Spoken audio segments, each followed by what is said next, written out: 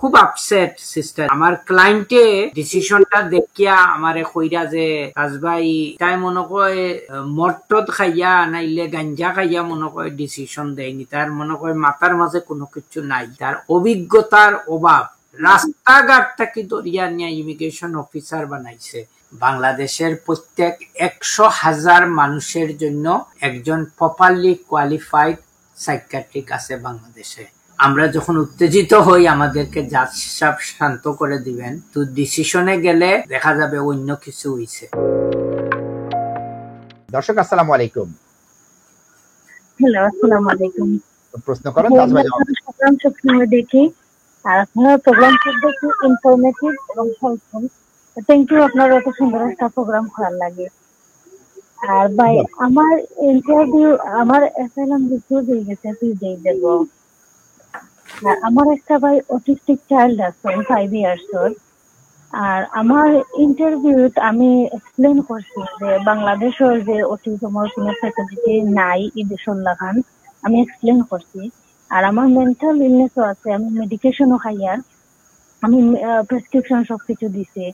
কিন্তু আমার asylum refuse লেটারও আমার এই দুইটা বিষয় নিয়ে বা আমার অটিজম নিয়ে একটা সিঙ্গেল ওয়ার্ডও হওয়া হয়েছে না। ইভেন আমার অটিজম অ্যাসেসমেন্টের যে রিপোর্টটা দেওয়া হয়েছে, রিপোর্ট দেওয়ার পরেও মানে রিফিউজ লেটারও হওয়া হয়েছে যে আমি যে স্ক্রিনিং ইন্টারভিউ করছিলাম যে আমি অটিজম অ্যাসেসমেন্টের লাগে ওয়েটিং করিয়া, ইভেন রিপোর্টটা আমি জানি না ডেলিভারলি মানে দেখিয়াও না দেখার মতো হওয়া হয়েছে যে আমি আসলে অ্যাসেসমেন্টের লাগে ওয়েট করিয়া। আর আমার অটিজম মানে অটিজম নিয়ে একটা অটিজমের উচ্চারণ করা হয়েছে না, মানে কিচ্ছু করা হয়েছে না।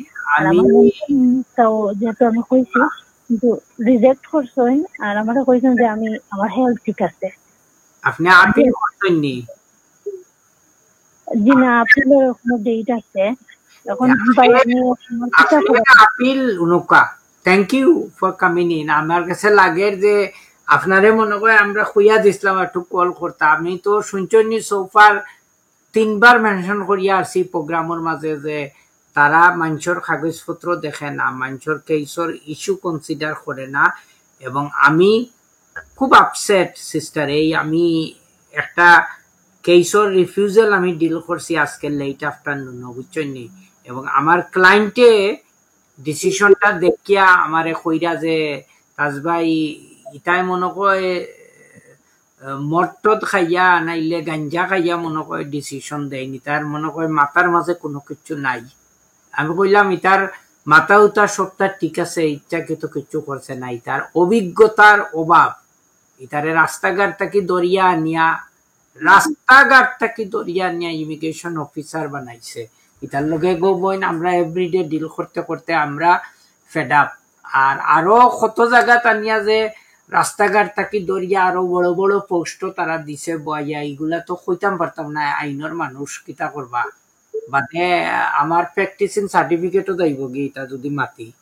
তো এখন যেটা হইছে কি আপনি আপিল করুকা, আপিলের প্রিপারেশনের সময় হাইলাইট করুন যে আমার নিজের অসুস্থতা, আমার একটা অটিস্টিক বাচ্চা আছে, এটাও বলল গিয়ে আমার বেসিস অফ দ্য ক্লেম, কিন্তু আমার তো কি ইস্যু গুলাও তো তোমরা কনসিডার করছো না, এটা কোন ধরনের ডিসিশন। হয়তো আপিল রিভিউর সময় তারা এগুলা কনসিডার করব এবং এটা দেখোকা কিতা হয়, বুঝছেন নি? সো আর তো কিছু খোয়ার মতো নাই। তাজভাই আমি একটা জিনিস বোন আপনি লাইনে থাকেন, আমি 3টা জিনিস দেখাবো তাজভাই যে কাজগুলো করেন একটু দেখেন বোন, আমি অনলাইনে দেখাচ্ছি একটু দেখেন বোন। 3টা ডকুমেন্ট দেখেন।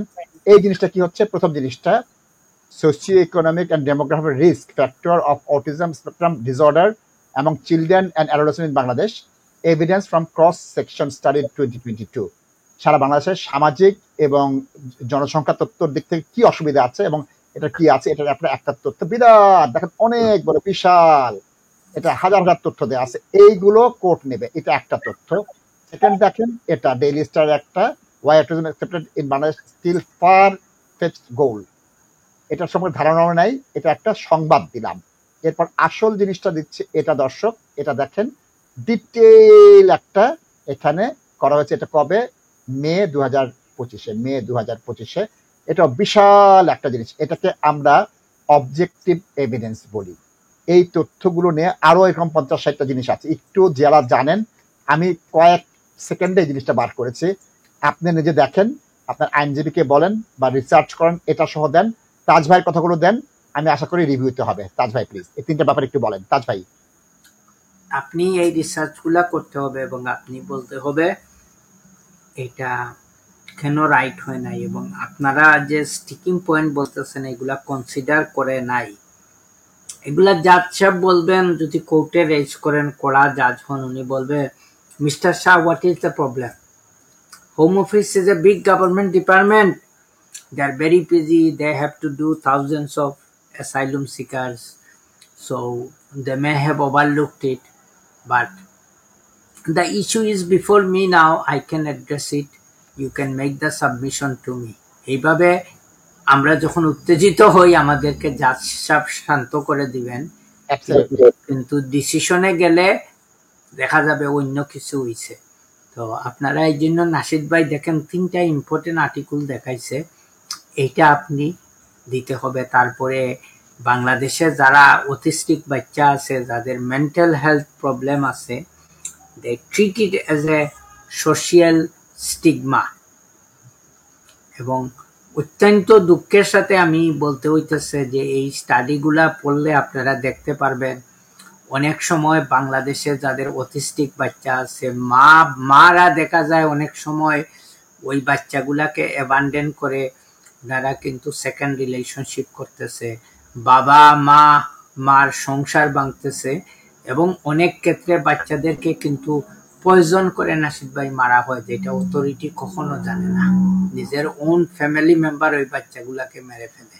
এগুলা আপনাদের অবাক লাগতেছে, কিন্তু এই স্টাডিগুলো আপনারা পড়লে আপনারা বুঝবেন যে true picture of having a autistic child in Bangladesh or somebody who is suffering a mental health problems, এটা দেখতে হবে। এবং বাংলাদেশে হোম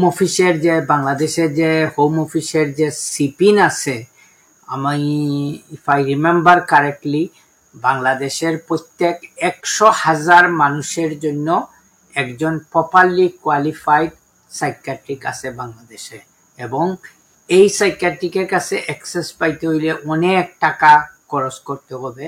এবং বাংলাদেশে যে সরকারি হসপিটালগুলা আছে, হসপিটালগুলা হচ্ছে সেন্টার পয়েন্ট ফর করাপশন।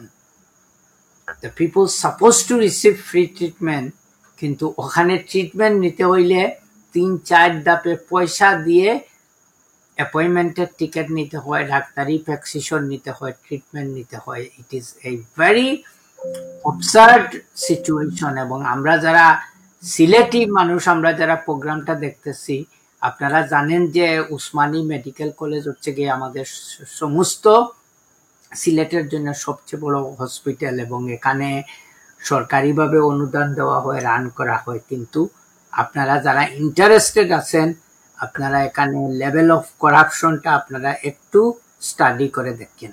তারপরে এই যে 100,000 কথা আপনি বলছেন, যেটা সেটা দিয়ে দিলাম আমি। তাজ ভাই একটু আগে এই কথাটা বলছেন যে 100,000 যে মেন্টাল হেলথের আন্ডারে এই জিনিসটা দেখেন। সুতরাং কোর্টে এটা দরকার। আজকে তার সাথে কোর্টে যে জাদু দেখিয়েছে, জাদুটা এমনি দেখাতে পারেননি। এই জাদু দেখাতে পারেন কি, এই জিনিসগুলো মুখস্থ করে। ওই স্বপ্ন দেখলে হবে না, স্বপ্ন বাস্তবায়নের মেধা থাকতে হবে, জায়গায় মতো সেই মেধাটা কাজে লাগাতে হবে।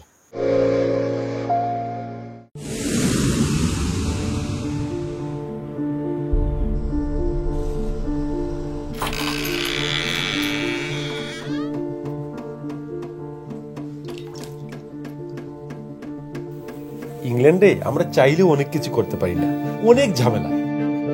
হায় রে হায়, লন্ডনের এই জীবনে ঝামেলার কোনো শেষ নাই। আমি লাল, আমার ইমিগ্রেশন, ঘর, ব্যবসা সবকিছুর ঝামেলার সমাধানে সবসময় পাশে আছে Taj solicitor. Taj solicitors, believe in service.